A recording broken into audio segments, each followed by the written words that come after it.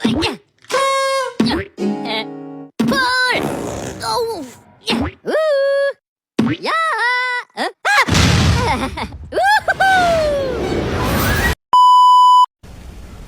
Perkenalkan, nama saya Nina Nurasana Febrianingsi dengan NPM 202514500450. Perkenalkan, nama saya Nadia Syarani dengan nomor NPM 202514500379.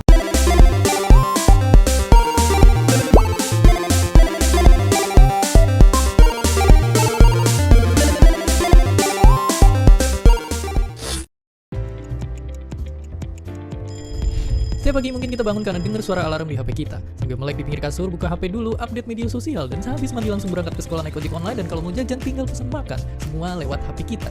Tapi pernah gak sih kepikiran kalau di zaman dulu semua teknologi ini emang belum ada? Terus gimana sih rasanya hidup di zaman sebelum teknologi yang kita kenal ditemukan?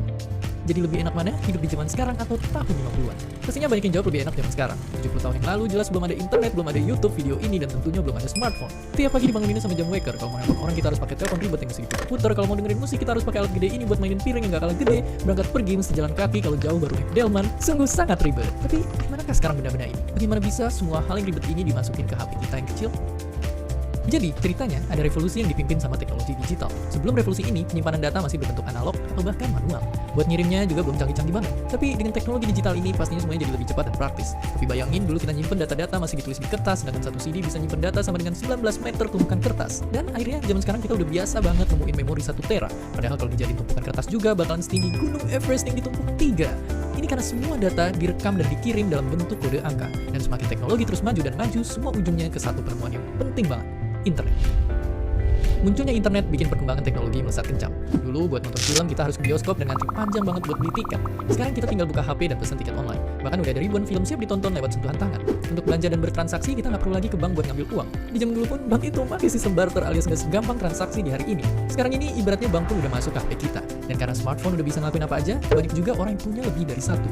Saking banyak pengguna HP, kalau semua smartphone aktif di dunia dijejerin, barisannya bakal muterin bumi 10 kali. Sungguh sangat banyak. Jadi, kalau di sisi teknologi, emang zaman sekarang menang telak. Yang dulu perlu banyak tempat penyimpanan harus di sana kemari, atau harus nunggu lama, sekarang ada semua di HP kita. Asal jangan sampai canduan stalking sosial media mantan tiap malam, dan seperti biasa, terima kasih. Assalamualaikum warahmatullahi wabarakatuh. Hai semuanya. Kami dari kelompok 11 ingin menjelaskan tentang teknologi dan transformasi digital.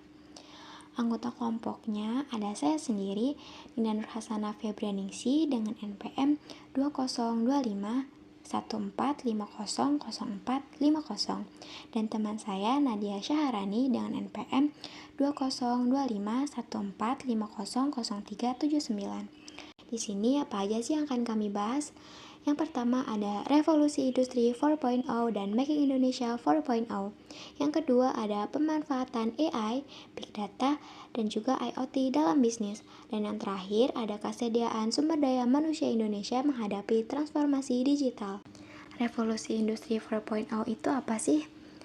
Aku jelasin sebentar ya. Revolusi industri 4.0 adalah transformasi besar di dunia industri yang mengkombinasi teknologi canggih seperti IoT, AI, Big Data, dan robotika untuk menciptakan pabrik dan proses produksi yang lebih pintar, otomatis, dan efisien. Teknologi ini memungkinkan mesin dan sistem saling terhubung dan berkomunikasi real-time sehingga produksi lebih cepat, fleksibel, dan hemat biaya sekaligus meminimalkan kesalahan dan downtime. Pengertian sederhananya, revolusi industri 4.0 itu era di mana pabrik dan bisnis pakai teknologi canggih, mesin bisa bekerja sendiri atau otomatis, dan semua sistem tersambung internet. Contoh yang sering kita lihat itu ada pabrik mobil pakai robot, ATM bisa layani nasabah 24 jam, dan aplikasi ojek online. Selanjutnya, program Making Indonesia 4.0 itu apa juga ya? Di Indonesia, Making Indonesia 4.0 adalah strategi nasional untuk mengadopsi teknologi tersebut, meningkatkan daya saing manufaktur, produktivitas, dan inovasi agar Indonesia bisa masuk 10 besar ekonomi dunia pada 2030. Fokusnya bukan cuma teknologi, tapi juga pengembangan sumber daya manusia supaya siap pakai teknologi baru ini secara optimal. Lebih singkatnya, Making Indonesia 4.0 itu adalah program pemerintah untuk meningkatkan industri Indonesia agar perusahaan Indonesia bisa bersaing dengan negara lain dan Indonesia menjadi negara industri yang maju. Hasilnya gimana ya? Dari data yang aku cari, pekerja di sektor industri naik loh dari 5,02% menjadi 5,70%. Ekonomi Indonesia target tumbuhnya juga menjadi 5% per tahun dan menambah lapangan pekerjaan sekitar 21,3 juta orang. Selanjutnya ada contoh nyata di Indonesia perusahaan yang sudah maju, itu ada Gojek dan Grab, itu ojek online pakai aplikasi.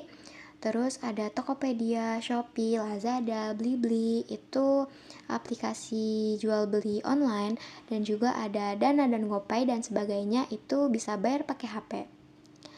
Dan ada juga contoh perusahaan yang sudah maju itu pabrik modern, contohnya itu PT Schneider Electric di Batam dan juga bisa pakai mesin otomatis dan internet. Selanjutnya, teknologi yang lagi hit sekarang ada 3 teknologi utama. Yang pertama, IoT atau Internet of Things. Itu adalah sensor dan perangkat terhubung memungkinkan pemantauan produksi dan logistik real time, dan benda-benda bisa connect internet seperti CCTV, Smart TV, dan AC yang bisa dinyalakan dari HP. Yang kedua ada Big Data.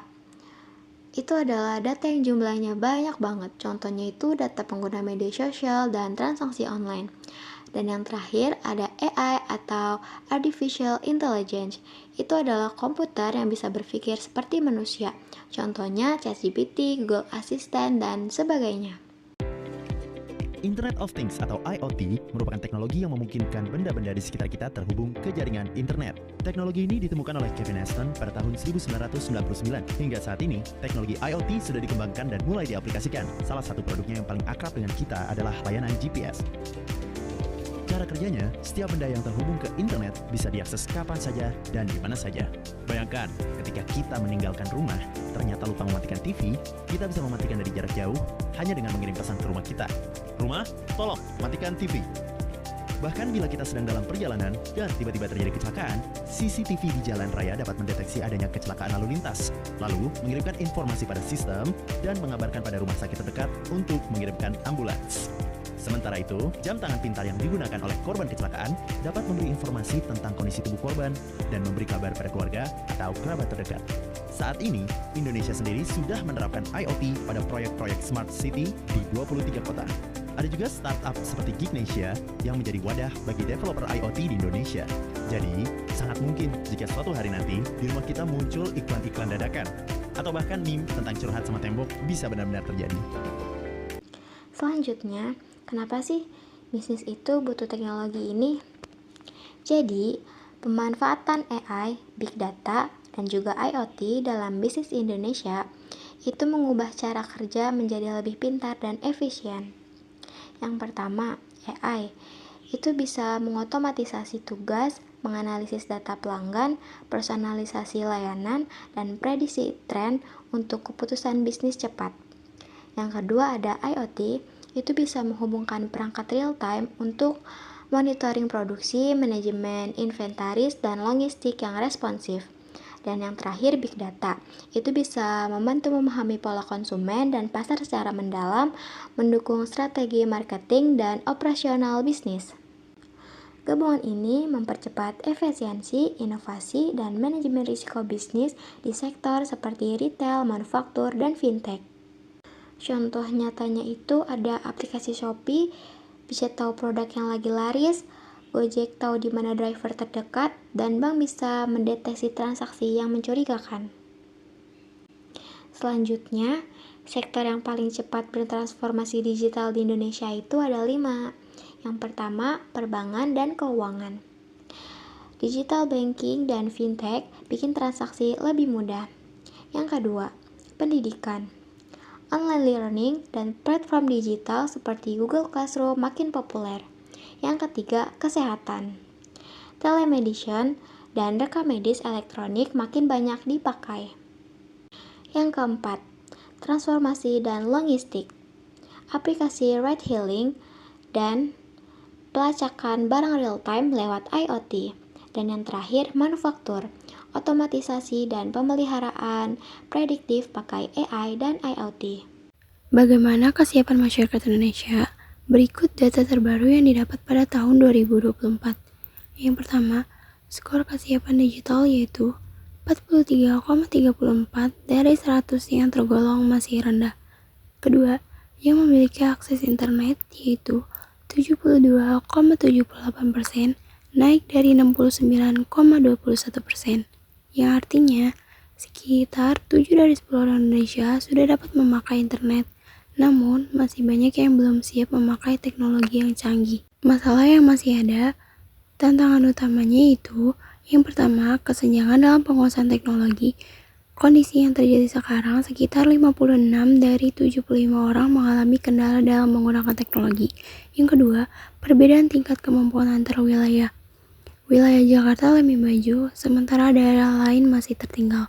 Yang ketiga, keterampilan digital yang belum merata. Masih terdapat banyak individu yang belum menguasai teknologi digital. Solusi yang dapat dilakukan berikut adalah 4 cara untuk mengatasi masalah. Yang pertama, pelatihan, memberi kursus teknologi gratis. Yang kedua, pelayanan publik, membuat website pemerintah yang mudah. Yang ketiga, internet merata, membangun tower internet di daerah terpencil. Yang keempat, kerjasama, kampus, perusahaan, dan pemerintah harus bekerja sama. Peluang Indonesia ke depan yang membuat optimis. Pertama, ekonomi digital terus menaik. Kedua, makin banyak orang memakai internet. Ketiga, generasi muda Indonesia pintar dalam memanfaatkan dan menggunakan teknologi. Potensi besarnya yaitu 1. Menjadi pusat teknologi di Asia Tenggara. Kedua, startup Indonesia dapat go internasional. Tantangan yang harus dihadapi PR negara Indonesia. Yang pertama, orang di desa masih susah mengakses internet. Yang kedua, skill teknologi masih berkurang. Yang ketiga, persaingan dengan negara lain makin ketat. Yang harus dilakukan yaitu yang pertama, investasi pendidikan teknologi. Yang kedua, membangun infrastruktur internet. Yang ketiga, mendukung startup lokal. Kesimpulan, poin pentingnya yaitu 1. Indonesia sedang dalam proses menjadi negara digital. 2. Teknologi seperti AI, Big Data, IoT penting untuk bisnis. 3. Masih banyak PR, namun peluangnya besar. 4. Generasi kita yang akan menentukan masa depan digital kita. Pesan untuk kita, terus belajar teknologi, memanfaatkan peluang ekonomi digital, siap menjadi bagian dari Indonesia 4.0.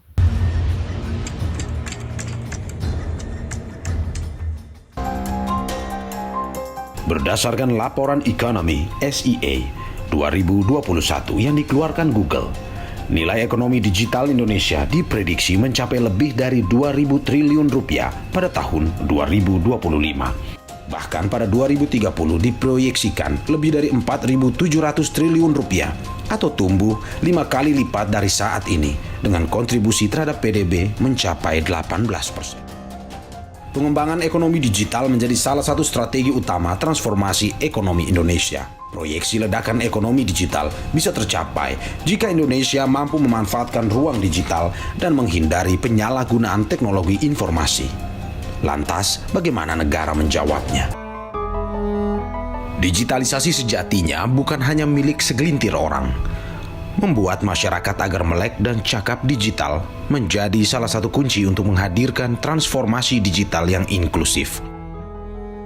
Tapi nampaknya tingkat literasi digital masyarakat atau kecakapan memanfaatkan media digital dan jaringan internet masih perlu ditingkatkan.